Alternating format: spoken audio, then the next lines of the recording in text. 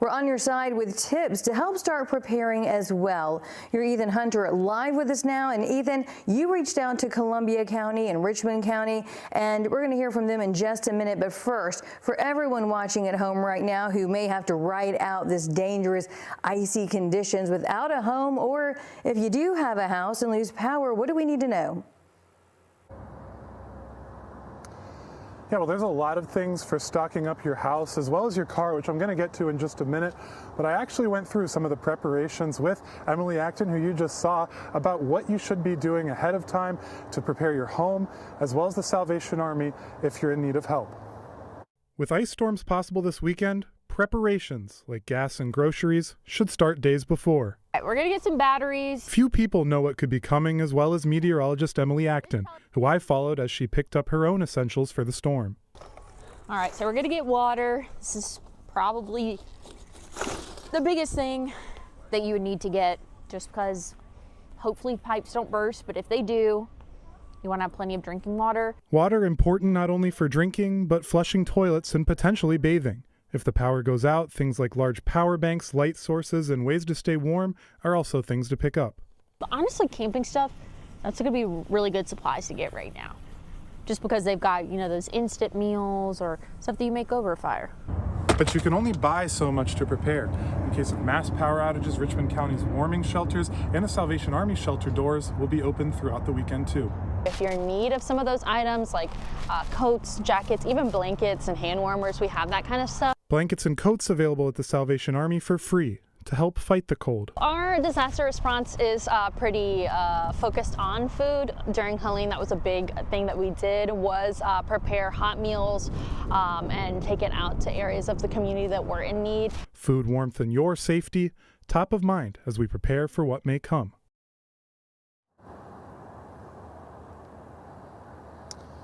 Yeah, so that is how you can protect your home, as well as where to go if you need some help. But I want to walk you through some stuff that you should have in your car as well.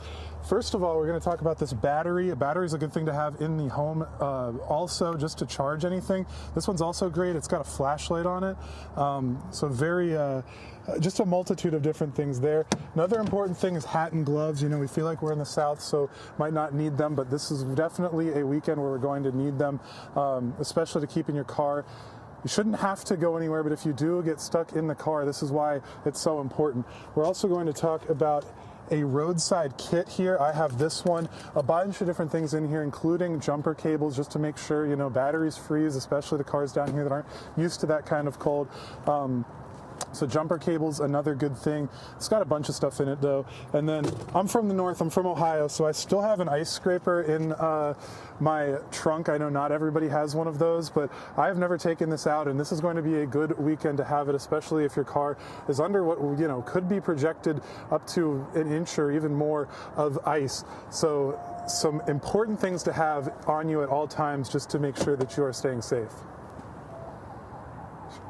Yeah, definitely important to stock both your homes and your cars. Funny you say that, Ethan. I actually have an ice scraper in my vehicle right now, but you know, you did speak with the Salvation Army, as we just saw. So, and what do they have to say about people who may need some type of relief from this weekend, this weather?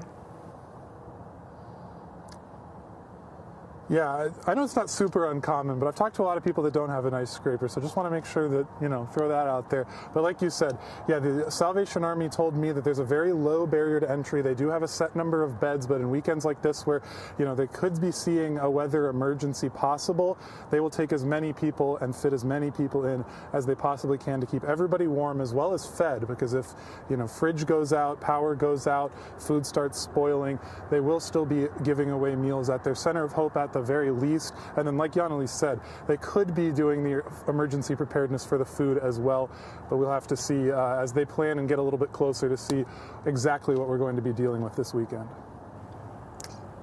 All right, sounds good. Augusta Rescue Mission, you know, they're also an option, but we do want to point out that's a men's only shelter, and it's not a first come, first served basis. Thank you for that important information. Great stuff to start off with as we start to prepare for this weekend.